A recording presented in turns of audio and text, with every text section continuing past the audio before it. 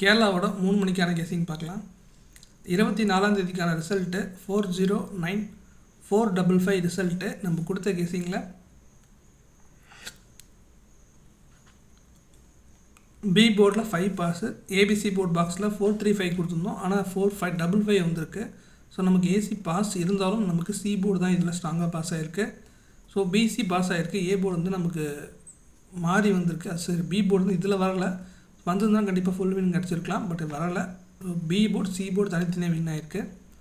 25ஆம் தேதிக்கான கெஸிங்குள்ளே போயிடலாம். ஆல் போர்டில் நமக்கு 7 அதுக்கப்புறம் 4 கிடச்சிருக்கு. ஏ போர்டில் 7 அதுக்கப்புறம் 8 கிடச்சிருக்கு. பி போர்டில் 2 அதுக்கப்புறம் 8 கிடச்சிருக்கு. சி போர்டில் 2 அதுக்கப்புறம் 7 கிடச்சிருக்கு. ஏபிபிசிஎஸ்சியில் 2882,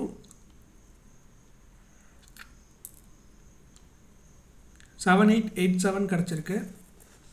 ஏபிசி போர்ட் பாக்ஸில் 784239 கிடச்சிருக்கு.